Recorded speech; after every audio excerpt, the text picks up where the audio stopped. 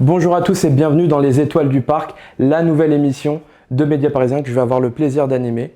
Aujourd'hui, on est chez notre premier invité, Julien Cazard. Bonjour Julien. Je suis content, bonjour, d'être le parrain. Vraiment, je suis le parrain. Merci à toi de Donc je nous... vais parler comme ça pendant toute la... Merci à toi de nous accueillir chez toi pour cette première émission. On va commencer avec 3 petites questions qu'on va faire à tous les invités pour se présenter. Donc on va commencer avec la première. Si tu étais joueur de foot professionnel, Oui. quel profil, quel joueur récent ou ancien représenterait le mieux ta personnalité Alors moi, il y en a un, et il est très récent, c'est Ouais. Ugarte. C'est-à-dire que moi, je ne me retrouvais pas dans les joueurs du PSG, pas que je les aimais pas, mais je ne me voyais pas. Un peu gay, mais pas trop. Et en fait, Ugarte, c'est totalement moi. C'est-à-dire que moi, sur un terrain, c'était exactement moi. Peut-être un peu moins fort, mais ça se joue à rien, vraiment. Mais c'est ça, moi, je suis Ugarte, moi, sur un terrain. Une teigne. Ah ouais, relou. Relou, vraiment. Si tu devais prendre un carton rouge pour un vilain tacle, les 2 pieds décollés, qui serait ta victime? Oh, un mec avec un maillot bleu ciel et blanc, peu importe. Moi, je suis pas, tu vois, je fais pas de discrimination. Tout le monde. Ouais, dès que Ouais. c'est un Marseillais, voilà.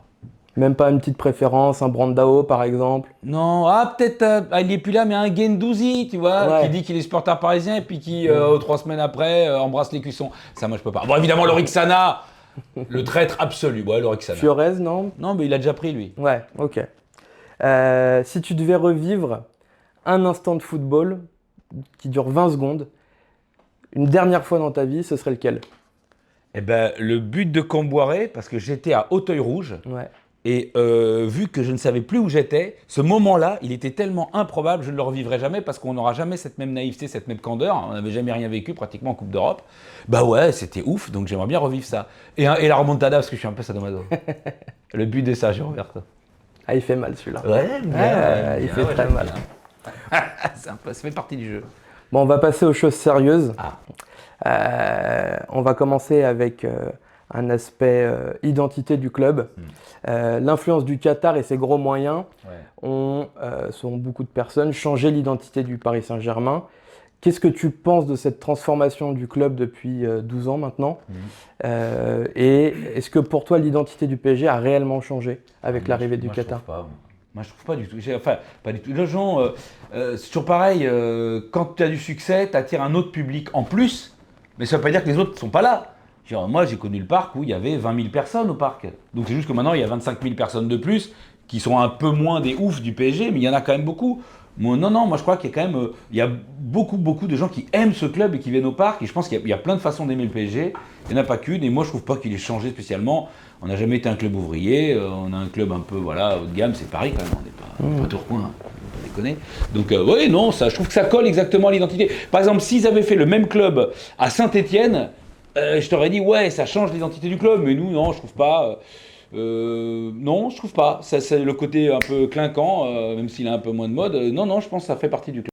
Ouais, pour rappeler pour peut-être les plus jeunes auditeurs, le PSG a été créé par le gang des chemises roses. Voilà, donc c'était quand même un couturier, un avocat, un attaché de presse, Jean-Paul Belmondo, un grand acteur. Bon, c'était pas des ouvriers, non. Ouais, ça a On toujours va été pas bling bling. s'inventer ce on n'est pas Liverpool. Non. Beaucoup de gens disent le PSG c'était mieux avant, des anciens supporters. Qu'est-ce que tu en penses de ça et c'est quoi ton avis là-dessus? Est-ce que le PSG c'était vraiment mieux avant?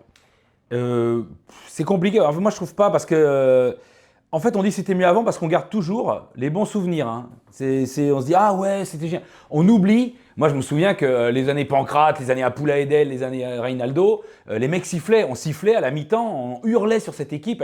On faisait des 0-0 contre Guingamp, on perdait à la dernière minute contre Lorient tout le temps. C'était pas une fois, c'était tout le temps. On finissait 11e du championnat, à la moitié du championnat, on jouait plus rien.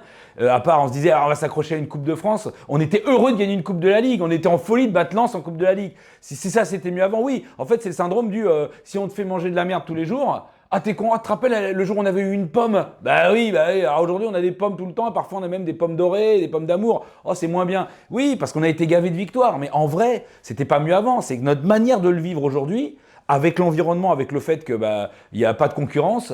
Que les gens lâchent complètement, abandonnent complètement toute concurrence contre le PSG, du coup on a l'impression que c'est moins bien. Déjà, on va voir déjà si maintenant c'est mieux que ce qu'on avait avec l'époque Neymar qui était sans disant nul.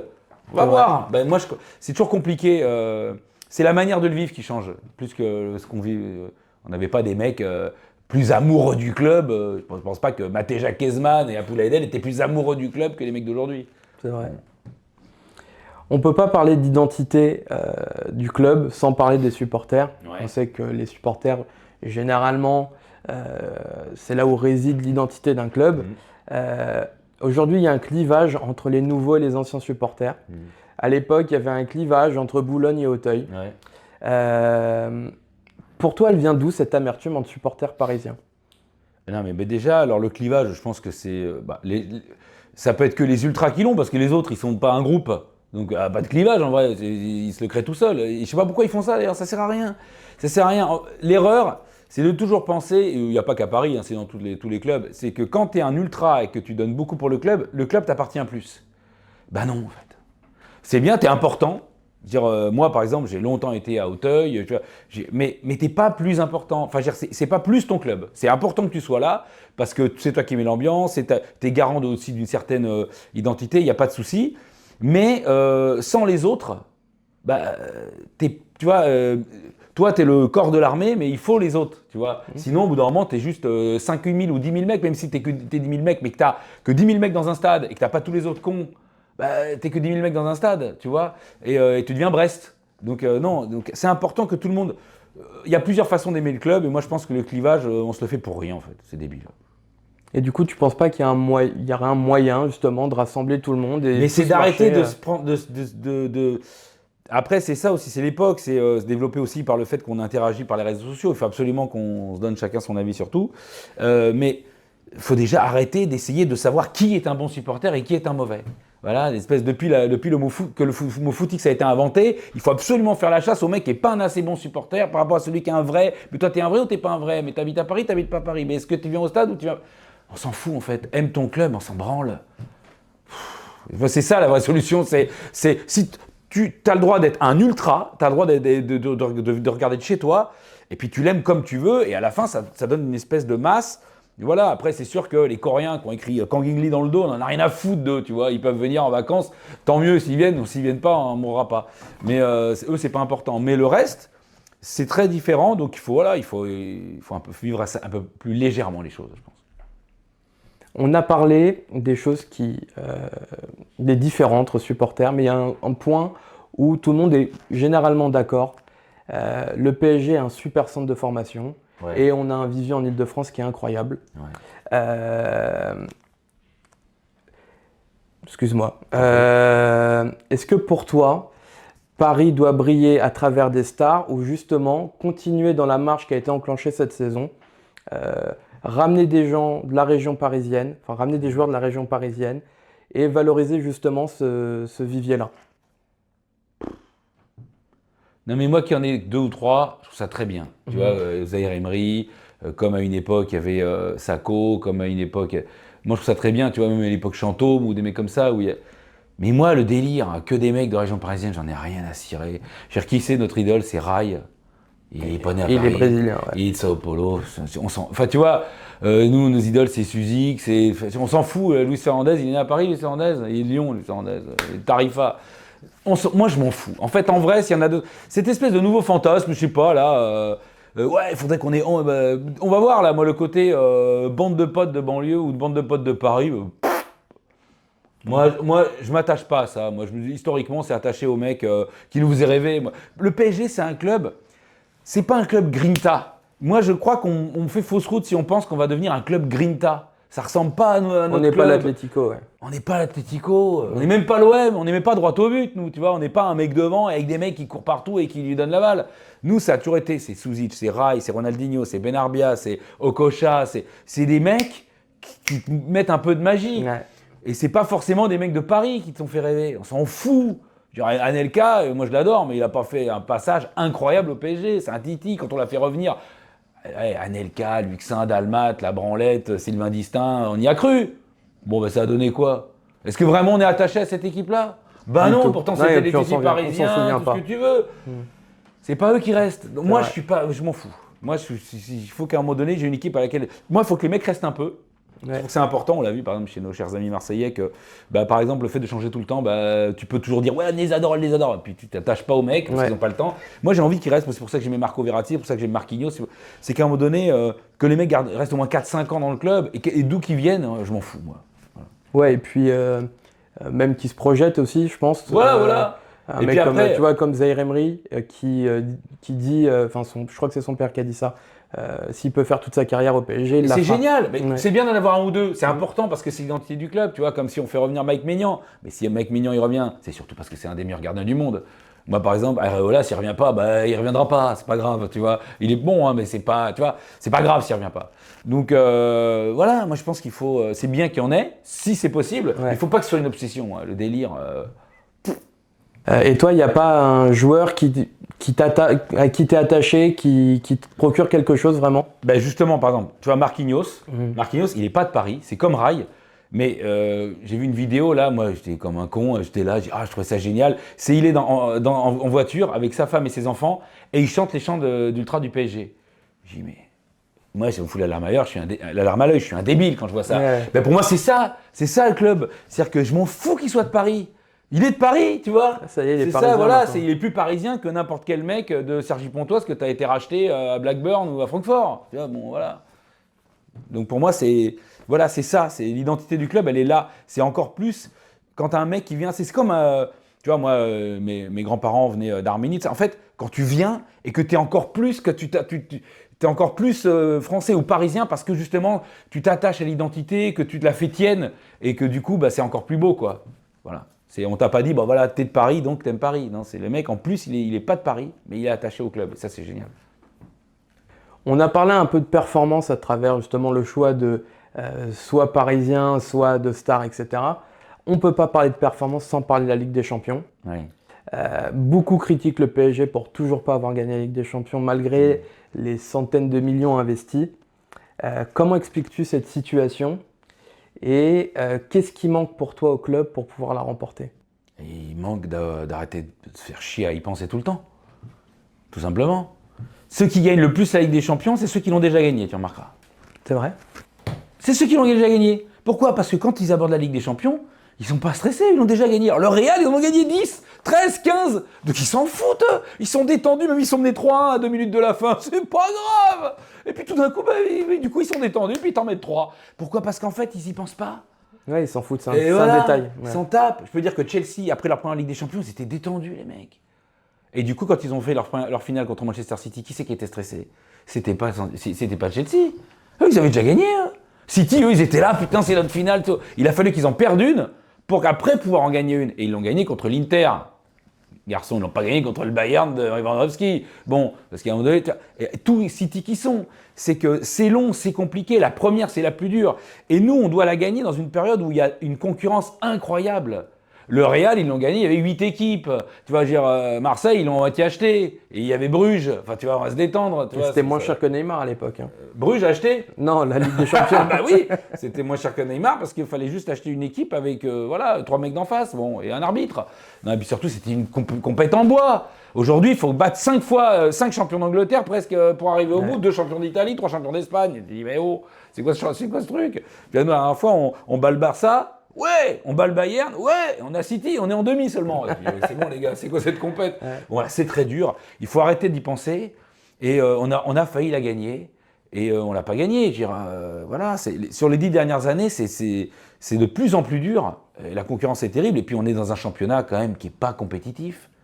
Tout simplement. Ouais, qui te pousse pas. Moi, je veux bien le côté on va créer une équipe Grinta, mais tu ne crées pas une équipe Grinta, tu le vois. Tu joues contre Newcastle, eux, ils se tapent tous les jours. Ils ont le même style de jeu, mais eux, ils se tapent tous les jours avec des grosses équipes. Donc eux, ils sont prêts. Toi, si tu as un style Grinta, tu vas le jouer contre Brest, avec tout le respect que j'ai pour eux, contre Lorient, Non. Tu vas bloquer ta progression. Donc il faut des génies quand même. Moi, je pense qu'il faudra quand même qu'on ait un ou deux. Ça peut être Mbappé, ça peut être Dembélé, s'ils sont en forme. Ça peut être d'autres. Mais moi, l'ambiance, que des mecs comme Kolo Muani, que j'adore, on ne gagnera jamais. Alors là, jamais, j'y crois pas à Paris. Ça peut marcher en Angleterre, mais pas à Paris. Donc il nous faut quand même un peu des mecs qui ont de la magie. Et ça viendra. Il faut, au moment donné, arrêter d'y penser. Ouais, se laisser le temps de voir les choses. Ouais. Faut pas que ça devienne un échec de ne pas la gagner. Ouais. Faut avoir envie de la gagner, mais il faut pas vivre ça comme un échec. Il y a 80 équipes qui vivent un échec chaque année. Hein. C'est très dur. Je pense que la différence quand même entre un échec classique et le PSG, c'est quand même on en prend plein la gueule. Et pourquoi? Parce que tu vois, les défaites, c'est pas des simples défaites. La remontada, Manchester United. Ouais. Et non, mais attends, mais il y a des mecs, c'est sûr qu'ils n'ont pas d'espoir. Nous, c'est-à-dire que c'est parce qu'on y croit, c'est parce qu'on est à ça à chaque fois. Mais par exemple, quand on bat le Barça, c'est extraordinaire. Ouais. Quand on bat le Bayern, c'est épique. Et puis derrière, tu as City. Ah bah si tu retiens que City, bah oui, mais tu as quand même tapé 2 grosses équipes. En poule, tu tapais des Manchester, des Bayern, des Liverpool, tu les as tous tapés à un moment donné.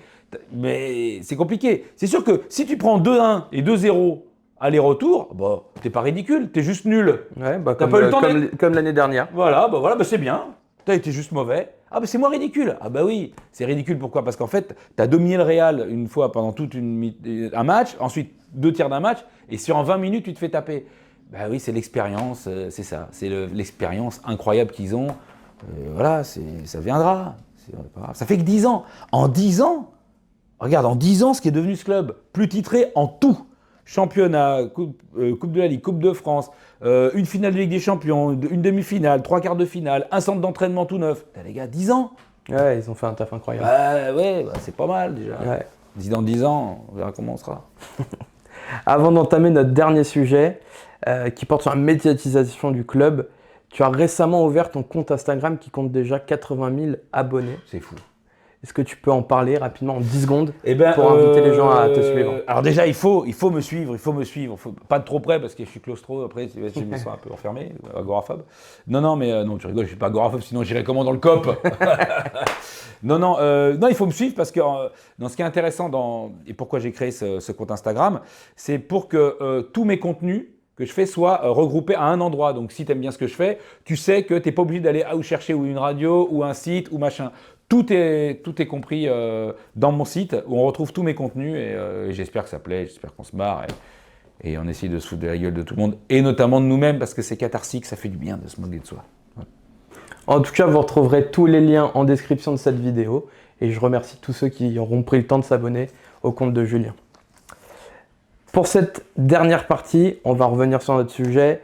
Là où le PSG excelle, c'est dans le marketing. Ah ouais. À travers la médiatisation, la commercialisation, la monétisation du club. Aujourd'hui, c'est le 7e club le plus valorisé au monde. Oh, génial. Pour toi, qu'est-ce qui manque au PSG pour aller gratter ces grands clubs centenaires, le Real, le Barça? Alors, je vais te le dire, je m'en fous. Moi, être aimé au Japon, je m'en fous. Alors, eux, ils ont besoin de développer ça parce que ça leur permettra d'avoir de l'oseille, parce qu'il ne faut pas rêver, il faut les acheter les joueurs. Bon. Mais moi, personnellement, être aimé ailleurs qu'à Paris, je m'en fous. Si un mec il veut aimer le PSG, il veut. Mais moi, qu'il y ait 1 million de fans à Tombouctou ou à Los Angeles du PSG, je m'en tape complètement. C'est pas mon problème. Moi, j'ai mon équipe. Et après, tout ce qu'ils font pour que ça fasse une belle équipe, c'est leur problème. Et moi, je m'en fous complètement. Alors, ça ne m'intéresse pas. Je ne veux pas rattraper le Real Madrid en popularité. Et qu'est-ce que tu peux dire aux gens qui critiquent justement cet aspect-là du PSG? Parce qu'aujourd'hui, on sait que malgré tout, le PSG il apporte énormément à la Ligue 1, que ce soit en droit télé, etc. Qu'est-ce que tu peux dire à ces gens-là qui juste crachent sur le PSG? C'est une machine à fric. Ils ne crachent pas sur Manchester United, ils ne crachent pas sur City, ils ne crachent pas sur le Real. C'est-à-dire qu'en fait, le fric est devenu un problème depuis qu'il y a Paris. Avant, pourquoi tous nos joueurs se barraient? Parce que les joueurs avaient du fric. Le Real, ils n'ont jamais acheté les joueurs avec l'amour du Real. Ils disent oui, les clubs, les joueurs ils vont aller au Real. Mais si ça suffisait, ils ne payeraient pas 100 millions à un mec, 20 millions par an. Eden Hazard, il a pris 20 millions par an pour jouer. S'il avait l'amour du Real, il aurait pu accepter 10.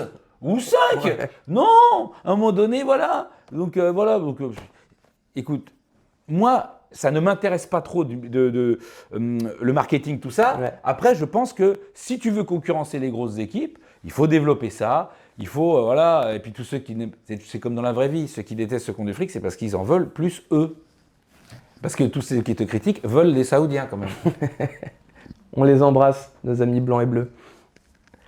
On va faire une petite mise en situation. Toi, président du PSG. Ouais. Je ne vais pas faire comme Hollande.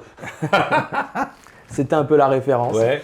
Je vais te poser des situations et tu vas devoir me répondre un peu pêle-mêle. Sérieusement quand même, donc. Sérieusement. Bien sûr. Toi, président du PSG, quelle serait ta première décision? Moi, président du PSG, je recrée un COP à Boulogne. Parce que quand ça se répond, c'est génial. Puis moi, comme ça, je suis au milieu, je regarde. Je suis fatigué. Toi, président, tu t'entoures de qui pour ton board? Moi, président, je m'entoure de plusieurs anciens joueurs de différentes générations. Je garde toujours Luis Hernandez pas loin parce qu'il a ses défauts, mais c'est Luis, c'est la statue du club. Je prends des gens comme Maxwell, comme Mota, qui sont assez, je pense, qui ont un certain bulbe quand même, et qui ont une vraie culture club et intelligence. Voilà, j'essaye de récupérer des Alain Roche, des gars voilà, qui ont la culture du club, et qui ont comme mission, quand un mec arrive, de lui expliquer ce que c'est le PSG. Un peu à l'instar d'un Bayern. Voilà, après le Bayern, c'est plus simple, parce que quand tu as gagné plein de Ligues des Champions et que tu es une référence dans ton pays, c'est plus facile d'impressionner les mecs quand tu dis voilà, vous voyez cette Coupe d'Europe. Bon, elle n'existe plus, mais c'est celle qu'on a gagnée. Bon, c'est faut plus de boulot. Toi, président, quel entraîneur tu recrutes? Je sais pas, pas Guardiola, parce que j'ai l'impression qu'il faut absolument recruter Guardiola pour gagner. Non, mais moi, j'aime bien Luis Enrique, j'ai peur de ce qu'il fait ces derniers matchs là. Mais non, j'ai pas de. Moi, en tout cas, un gars qui a pas peur de ce qu'on va dire de lui dans les journaux, parce que Paris, ça, c'est terrible. Il faut pas avoir peur de son ombre. Voilà. Ouais, on l'a vu avec Galtier, voilà. qui s'est complètement écrasé. Ou d'autres. Non, voilà, moi, je recrute un entraîneur qui est prêt à dire nous, on est Paris, on vous emmerde. Moi, ce qu'il a un peu fait. Voilà, moi, quel que soit mercredi. l'entraîneur, il faut qu'il ait cette force-là pour entraîner le PSG, parce que sinon, il va prendre des bourrasques et il va craquer. Toi, président, 3 joueurs que tu vends et 3 joueurs que tu prolonges. Alors, moi, président, je prolonge Marquinhos. Je prolonge Non, il n'est plus là. Je prolonge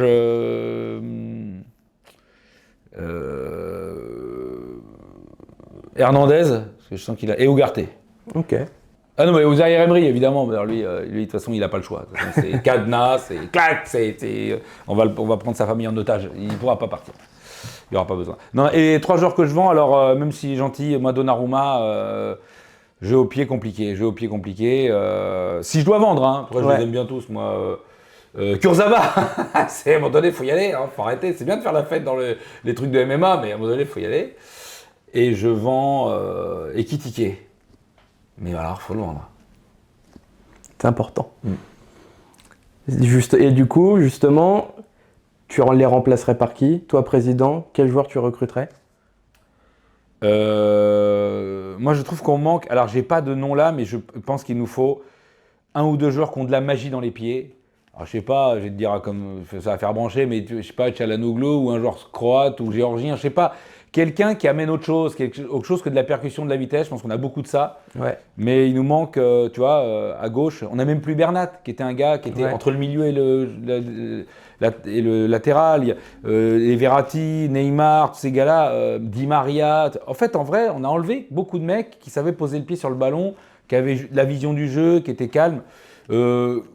Voilà, j'ai pas de nom parce qu'il y a un gros creux, je pense, générationnel à ce niveau-là. Mais quand même, un profil comme ça, voilà. Un profil comme ça. Un Kevin De Bruyne, hein. Il faut qu'il arrête de perdre à chaque fois dans les grands matchs ou qu'il se blesse. Ouais.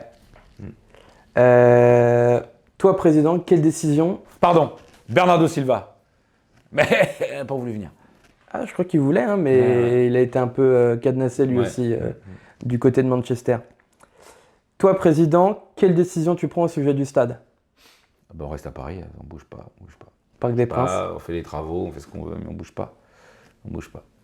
Où on construit la réplique exacte, en plus grand, où vous voulez, pas trop loin. Direct en métro. Toi, président, à quoi ressemblerait ta collection de maillots? Alors, Echter, le maillot avec les traits rouges et bleus de l'époque, je crois c'est Suzy, RTL, ouais. RTL. Et alors qu'il est dégueulasse, le maillot PSG Real 93, parce que pour le Pour le souvenir. Ouais, pour le souvenir, mais il est vraiment moche, il est vraiment Ouais. immonde. Si on le sortait aujourd'hui, les gens nous cracheraient dessus, quoi. Et enfin, toi, président, quelle serait ta vision moyen et long terme pour le PSG? Moyen terme, c'est essayer vraiment de garder le plus possible les joueurs, et je crois que ça, c'est un peu ce qu'ils veulent faire, c'est-à-dire essayer de créer vraiment une identité joueur et être moins dans la lessiveuse.